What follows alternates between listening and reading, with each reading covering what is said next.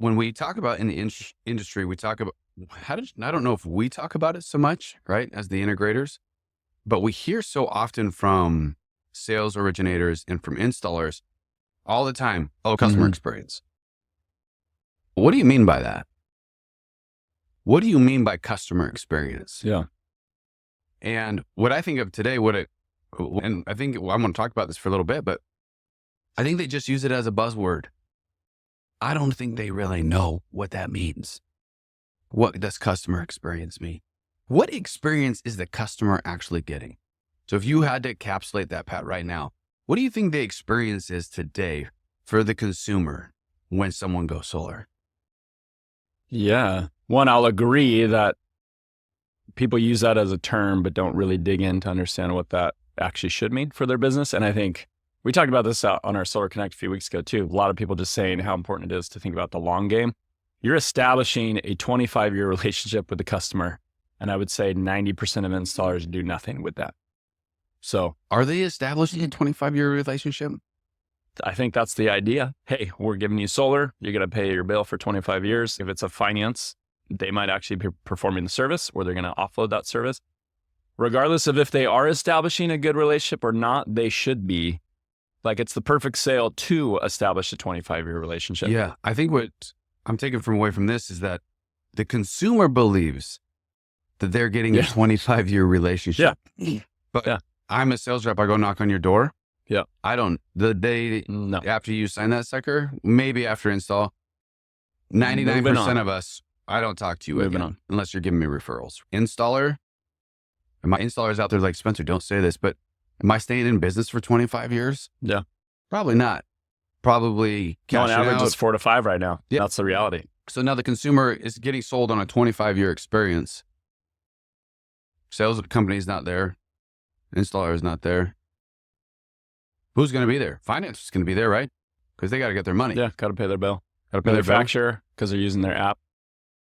Warranties. So they're stuck. The OEMs, the financiers, they're the ones that really are stuck with the 25-year relationship. But they're not the ones that are pitching the 25-year relationship. No. But yeah, back to your question, what is that experience? I feel like it's like a brokered handoff. Right. So sales reps come in, that's the first relationship. A lot of times the sales rep doesn't even work for the install company. So that's a handoff, right? So it's, hey, you're interested in solar? Cool. I'm going to hook you up with this installer. They're going to do the work. They're going to take care of you. Then if the installer is not doing the service, I'm going to hand you off to this loan company because you're going to pay them, or the equipment manufacturers. You're going to log into your app and that's where you're going to see stuff. And so I feel like everybody is basically passing that customer off to a new entity to have a relationship with. So it is an interesting. You got one person, one homeowner, but they have all of these 25-year relationships. That's true. With all of these different entities, but in fact, they really don't. Well, and they might have not even chosen. So it's almost like, wow, we're really getting into this. This is like you're like someone's arranging your marriage for you. This has gone off the rails. I like it. A little bit. But I love it. But if we go back to the experience that they're getting, just to say it in my own words, what you're saying is disjointed for the consumer. They actually don't know who to talk to. I mean, for crying out loud, they come to us. Yeah. We get emails all the time. Yeah. Emails all the time. Our logo's not even on the thing. Like, how do they even know who we are? Yeah. And they're reaching out and like, hey, can you tell Bobby that I don't want to, or cancel my contract? I don't want to do this anymore. Yeah. Like, what? No, you go talk to Bobby. Yeah.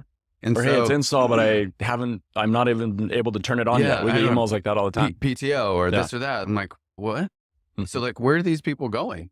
Yeah. And so you have that aspect of there's all these random handoffs, but now you're a consumer, right? And you have if you finally get solar, you get installed, you get all of that. You have an Enphase or a SolarEdge monitoring app for your production. Mm-hmm. You're probably going to have, what if you have a Tesla battery? Yeah, with another battery app. With that. And then you have, a Q-cell panel. Maybe you don't have a Q-cell app, but like you have to keep track of that warranty and all that stuff. Okay. And what if you have like a span? You got your span app. Okay. You got span for like load calcs and things like that. And then after that, then you've got, what if you signed up with GoodLeap, for example? Yeah. Now you got a GoodLeap app. All right. What are we at? 5? Yeah.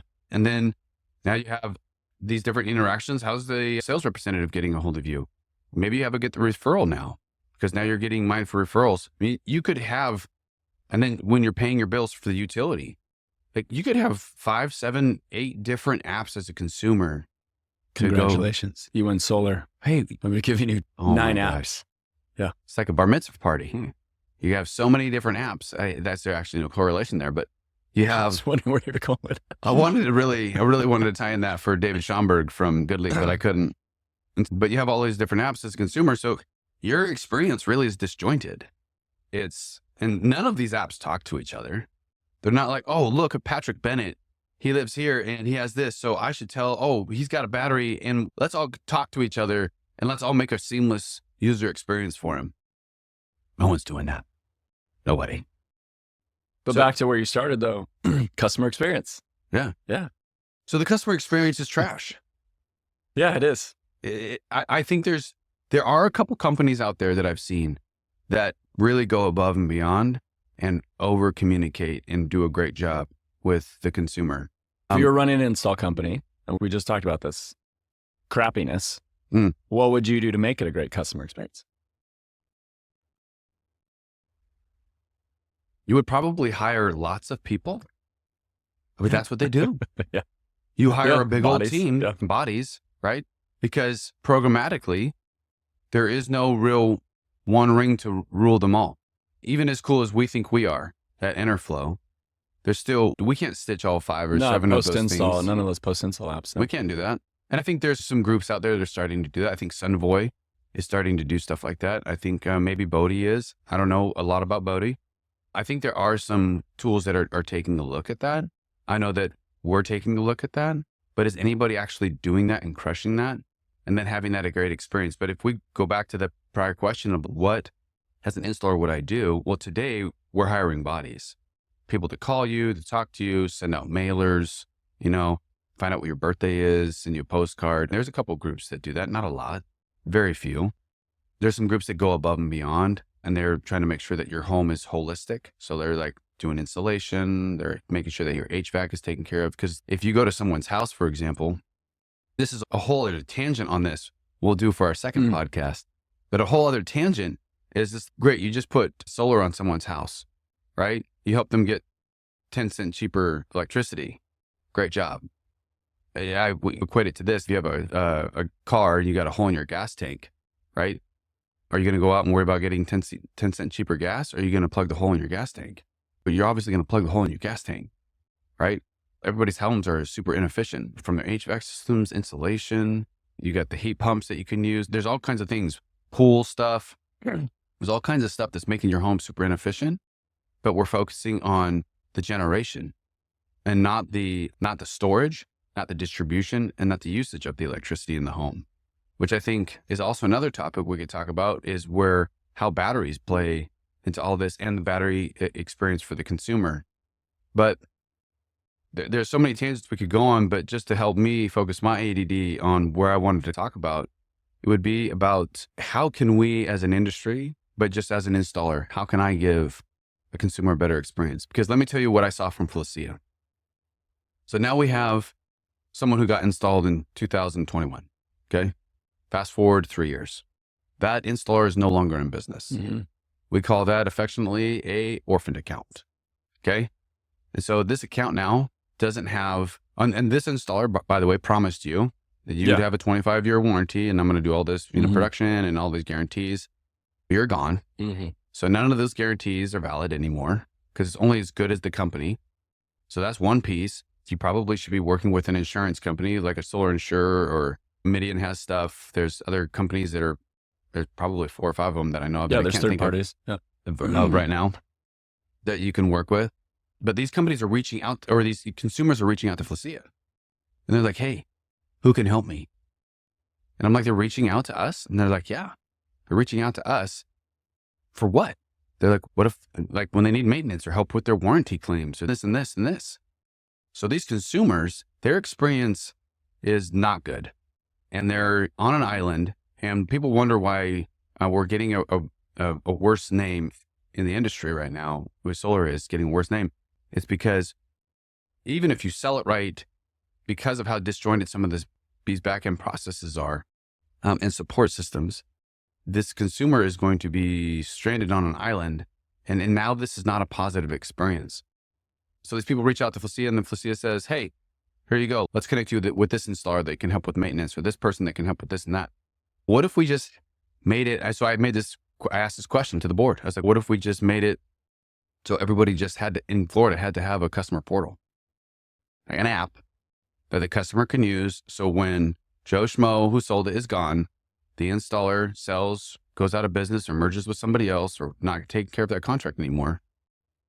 Where's all that information living? Where's my repository for all my data, like my warranty claims on how do I communicate with my lender? Like, who is my point of contact in my lender? What's going on with bringing in the production, bringing in the battery, bringing in the load calcs, like everything in one spot. Like if we're talking about consumer experience, we're so focused on how to get them in, and it's like they just get abandoned afterwards. I don't know what your thoughts are. I'm curious, who owns that portal? Would that be Flacia? Should it be a third party or some other type of entity that is going to last a long time, is looking out for the consumer? Like they're the actual ones. Yeah. So it's almost like after sale, you register this portal like with a separate entity that can take that. Like I'm curious who. I love that. I love that idea. Third party, impartial. Yeah. It's almost like registering your car. Yeah. You can buy it from Toyota, so you can get it at Bodie or an Enerflo or whatever it is, but you register your portal, your app. You register it with Flacia, you register it with the governing body of solar in the area, and then they can help you. Right. Or make recommendations, right? There's also the aspect of this, like when someone is in the process of going solar, right?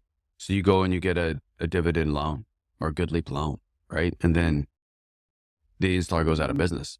Type went out of business, right? Yeah. What happens to their thousands of projects that were in flight because there's no glass on the roof, right? The install hasn't started. It's canceled. Well, the lender can't reach out to them. And I was shocked by that. Lender can't reach out to you, Pat, and be like, hey, Pat, your installer went under, so I'm going to give you a new installer. We're going to keep your same loan. They can't do it.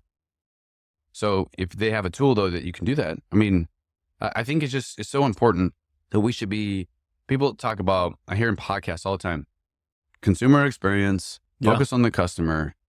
And I'm like, we don't do that here. Yeah. We just don't.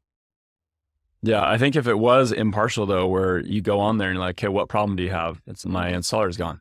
Cool. Here, search a database of other Flacia installers that do good work, that have high ratings, whatever. They're vetted by us. Go pick one and they'll help you. I think that impartial side of it is probably really important to solve that problem. I think some people might look at that and think it's a little regulatory or overreaching maybe. Wait, I should take my customer and put it in this thing. But again, I think we have to look at the negative press that solar is getting right now because installers are going under, because they don't know who to talk to, because their bill is higher than they thought it would be, because they're not saving as much money. And in most cases, they don't have the person who promised them the dream of solar isn't there to help with those issues anymore. Yeah. You said an interesting thing that jogged this for me, but it's not like we have a bunch of bad actors out there. No. We're not educating properly and giving them a place to understand how to use it, how to maintain it and interact with it, right? There's no single source of truth. They're searching their text messages and, crap, this is a thread with an Android. Guys, I have an Android, right? It's like, I can't send images. This image is fuzzy. Like whatever, right? You have all of these and no one knows where to find their stuff. Yeah. And I like I'm gravitating to this idea though of having that third party that you register it with. They don't manage it. They don't make money off of it, but it's almost like a certification of sorts. Like, this is a Flacia certified installer. Right. It doesn't mean Flacia endorses them. Sure. But I know as a consumer, if I go on there, I'm like, this installer is good, meaning they've passed all of these classes. They have all of these licenses. And so as a consumer, I would want to then, all right, wait a minute. Are you a Flacia installer or are you does Utah have a Utah SIA? I don't even know. There's some, regional chapters. Regional chapters, but I think there's also a PSA aspect of this and just getting the word out. Like the solar industry, I think we need to do, right now, the ads you see out there is go solar. Did you know you can go solar for $0 down? The government's paying for it. Did you know that? energy is free. You Yeah. should get it too. Get a fat check at the end of the year. Drive a Porsche like Yeah. me. You see all that stuff, but totally. there's no like real PSAs out there of just educating human beings in America. Mhm. Hey guys, this is what solar really is. This is how it works. And these are best practices that you should look for. There's no one putting that out there. Yeah. And I think that's an important piece that I think whether that's RE Plus that does that, or CS that does that, or SolarConnect that does that, or the RSA. But I think someone should take on that, or collectively take on that. I don't want to call it a burden, but the opportunity of correctly educating the end consumer. Because right now, we actually, with Felicia, we met with lawmakers. And when the laws you see that are being made, these lawmakers are making a lot of these laws in vacuums. Yeah. They have no idea. Mhm. They just hear from their constituents, like the crazy law in Utah. Yeah, for sure. You go ahead and just, Yeah. oh, it's been installed. You don't like it? Yeah, rip it off. Yeah, 30 days. Could take it back. Yeah, no Yeah. big deal. Let's get a new shower and be like, I don't like it. No, Come rip it out and put my old This- one back in. this house, I don't like the location anymore. Burn it. Yeah. It's okay. Like, that doesn't work that way, right? But they're just trying to get votes. And they're like, oh, these people are yelling, so let's write a law. You have no context and you have no idea what you're saying or doing. But because we aren't telling them, it's not just lobbyists, oh, this is how you should make the law. We're not doing an overall PR campaign of just helping educate the public. Oh, totally. Guys, solar is really good. Yeah. These are the things to watch out for. These are the things to look for. These are trusted places to go for information. Go ahead and have at it. Make your own choice, but these are good ones. I think there's such a massive opportunity for our organizations to come together to do something like that would be really beneficial. No, I agree. For every negative Times article, there should be 25 positive articles about the industry that are published in just as good detail, highlighting certain installers. Hey, these guys do good work. Here's some good case studies. There are people going solar that have a good experience. That is a fact. Yeah. But now that we've exceeded 5 million installs, any of those 0.5%, million. 5 million residential, 0.5% of those have a bad experience. Now we're getting into bigger numbers where AGs start understanding. So it's more of just a numbers game. But I wanted to pull on the thread a little bit what we were talking about with SIA. This is something crazy to me. Okay. SIA, large organization. Blow my mind right now. Do you know when SIA was founded? 1825. Honestly, it was about 50 years ago. Really? 70s. Yeah. And do you know when they started a residential solar division? 87. Like 3 months ago. 3 months ago. Yeah. Get out of town. Residential Shut solar. the front door. Out of all the like installs in the last few years, residential solar is by far the highest percentage, right? Of megawatts. Really? Distributed solar. Yeah. And we just got a division in SIA focus on resi. What have they been doing this whole time? A lot of utility scale stuff, a lot of lobbying for bigger projects, that like commercial stuff, like that's been their focus. It's really wild to me that resi hasn't gotten the attention. Now I think the fact that we passed 5 million installs, that we are a huge portion of demand generation, I think it's okay, finally, we're getting some notice. But now what that means is SIA can put money toward lobbyists specific for residential needs, specific for residential laws. So it's actually good they finally did it. I'm just like, wait, this hadn't been done yet? It seems like massive oversight. But yeah, it's things like that are really important so that we can put everything in a good light. So there are dollars behind fighting for resi. So I have a question here, and I'm asking for a friend. Obviously not for me, but asking for a friend. What does SIA do? So I'm learning myself. Enerflo is a member of SIA. We've been members for a couple of years. Oh yeah, we pay our dues for sure. 100%. We do. So we know it's important, and we see updates. There's 60 board members in SIA. Whoa. That must be a phenomenal board there's meeting. these terawatt sponsors that can pay $250,000 and you're a board member. So you can buy your way in. Public. We'll figure this out if I'm supposed to share this or not. But hey, listen, if you can buy your way in, that's phenomenal. Now you buy your way in, $250,000, you have board seat. It's still one vote. It's still, you can't just buy one seat and change everything, right? But at least you have a seat at the table. Can I buy the seat for New Mexico? I don't know if it's by state, actually. I think it's... I just want to see as far as what they do, they hire lobbyists, they work with lawmakers, I'd say they do good work, but again, from resi specifically, it's extremely underrepresented. There's been a very interesting trend in the last years. The residential solar station, the RSA, which I'm a board member of, finally got attention of SIA. And I actually think one of the reasons they started a residential division is because they saw the RSA growing and getting a movement. and people in a way that could be a threat to SIA, right? Because, oh wait, dollars, fundraising, other stuff is going to this new entity. And RSA really is more boots on the ground. Like the members there are installers. You don't find those guys in SIA. Like one of the board members now is Mark Bench, who is an installer. He is the only local installer out of all 60 of SIA. Just seems a little off to me. We want RSA working with SIA. But now we're actually working with SIA on specific things. We co-lobbied together with Utah. We actually hired a lobbyist with them to help fight that stupid bill you brought up. There's some really interesting other laws going on. There was the 401, the 201. This is like standards around how you install, what pictures you take, like all sorts of things. If these get approved, they will become law and required training for sales reps. So it's like, it is really good we get a handle on this because to your point, a lot of stuff's being made in a vacuum. Let's go back to SIA, right? They're helping lawmakers create this and they have almost zero residential representation to create those laws in the first place. So it's wild. I see it's changing. I hope so. But our resi space needs a much bigger voice at the table. Yeah. And I think if you think about this, though, if you're listening to this, to all of our thousands and thousands of listeners out there, if you're listening to this and you're an installer, how do I get involved or should I get involved? Yeah. Hey, Spence, I've got a company. I've got 2 crews. I'm trying to keep them busy. I don't got time for this. Yeah, you do. You need to make time for this. Let me tell you why, Mr. Installer, you need to make time for this of ABC Solar.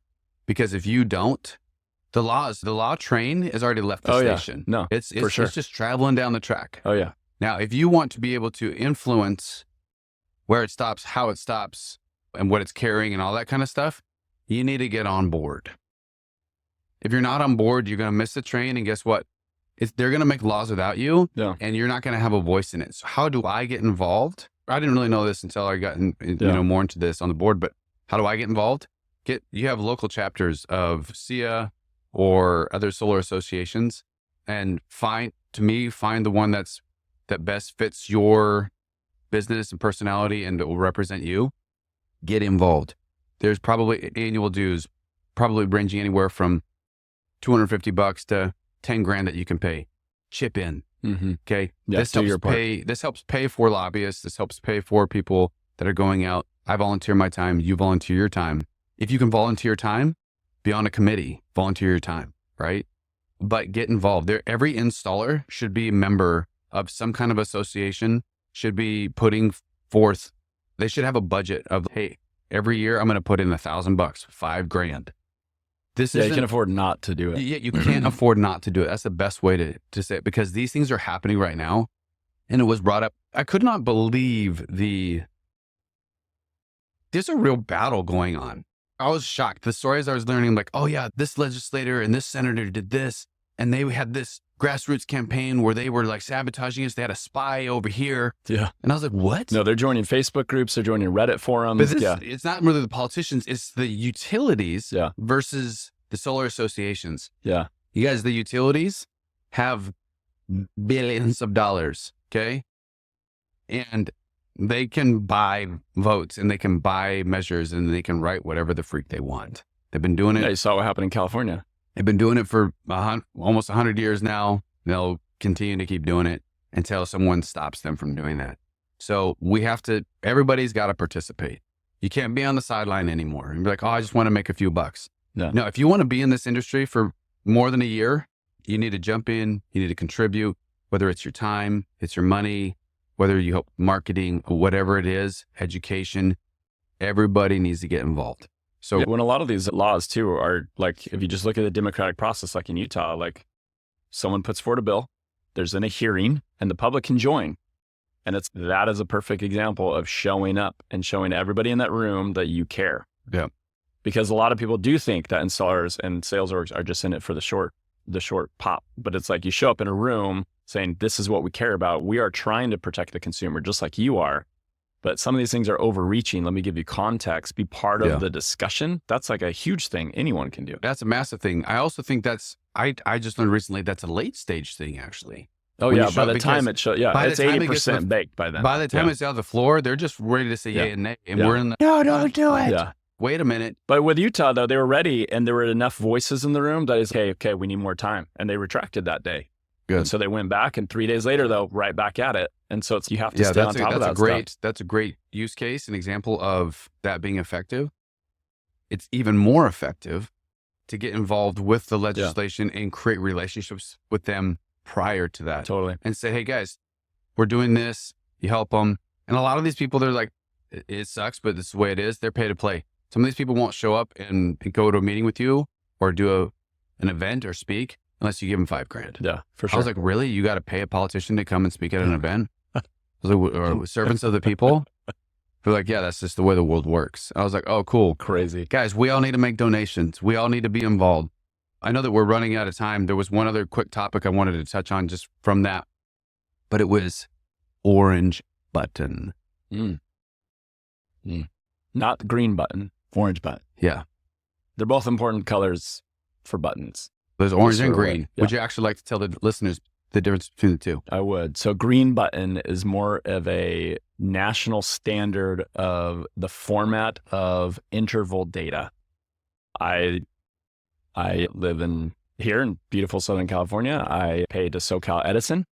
In my account, I can log in and I can download green button data, which is going to show 15-minute interval data of my actual usage from my meter. Shows you when your kids are playing Xbox. Exactly. Those spikes. And I use it all the time to ground them. No, Yes. Using techniques. Oh, for sure. If you're not Patrick using Bennett. green button data to ground your kids and look at usage patterns, you're not doing it right. No, you're not. So that's the difference. Green button is basically, hey, if you're going to produce interval data, which a lot of utilities have, you need to do it in this format. Mm-hmm. That's what green button is. Orange button is different. It is a initiative to try to standardize the actual data of projects, solar projects.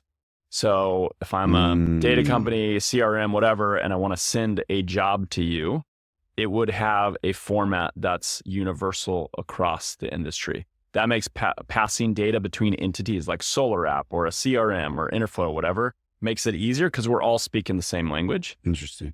The same thing happened in automotive. The industry I came from, it was called ADF format, auto dealer format. And it was great. That was a huge thing that was pushed through. So I'd say on the orange button side, I believe in the initiative. I believe in the idea. But I think it's one of those things that we see in solar that it's hard to get adoption for stuff like this. Why? Because installers don't care. Is it the installer or is it the utility that doesn't care? I don't know that orange button affects utilities too much. All right, sorry. Well, not the utility, but like the AHJ, like the municipality, right? Yeah. So do they not care or is it the installer? And who should be driving it? Yeah, it's a great question. So first of all, let's just say if I ask 100 installers what orange button is, None of them know. they won't know. So one, they don't even know about it. So maybe when I say don't care, it's more of I don't even know it's a thing and that I should care. But until CRMs, until different apps are, I don't know if that force is the right word, but have an incentive to adopt it, there won't be any adoption. And so it's really a misaligned incentive of, hey, this is a thing we should all do. Yeah, sounds great. Okay, tech companies, all of you write code to adopt this format. It's almost like a Mexican standoff. Like you don't want to be the first one because you're going to spend all this money and then no one adopts it. Everybody has to do it at the same time for it to actually get movement and adoption, or regulation has to come in and say, hey, 2025, January going forward, everyone needs to adopt orange button for these reasons. And there could even be grants for companies to do it. So it's like the government's actually behind orange button, Department of Energy. They're one of the main sponsors of it. And they're fun. But again, they could do grants. They could say, hey, XYZ company, if you adopt orange button standards and prove you're using it in your things, whatever, you can get this grant, right? There's tons of money in the energy space going around. And I think that has to be put toward initiatives like that if you are actually going to get adoption.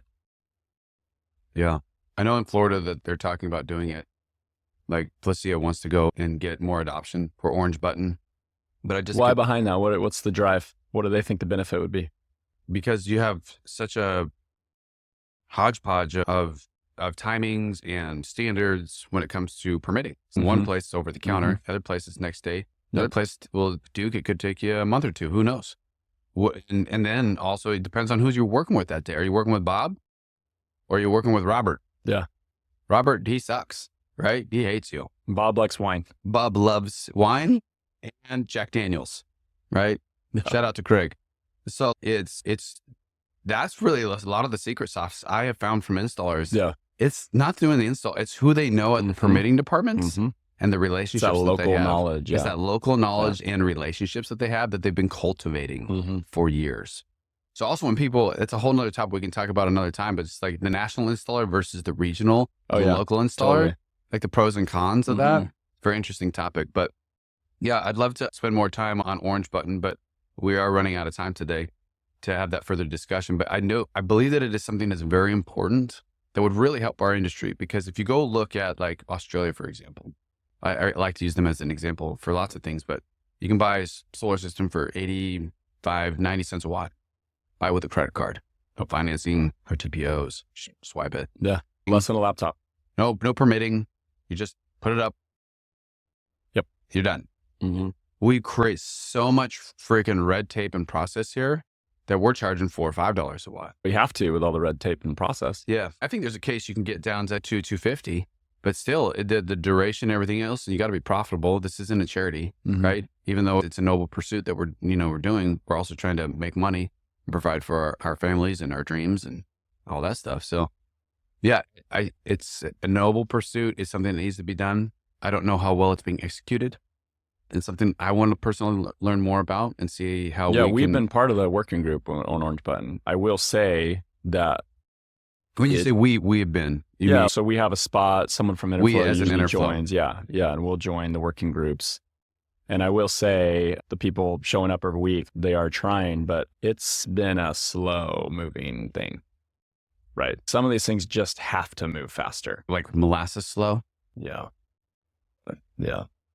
You get all the right people in the room. This should be a problem you could solve in 3 months. I think Orange Button's been meeting for 3 years. Yeah. And so it's one of those things where it's like the right people just need to get in the room. There needs to be incentives behind it. Get a lot of the big companies to agree, and then you make it happen. Yeah. This has been a really fun, productive conversation, even though I talk to you every day. It's been nice to be able to stare at you across. It's been great seeing you this way. Yeah, it's been phenomenal because we are in person instead of remote. But I do actually like to think of this as maybe the second podcast or event of SolarConnect.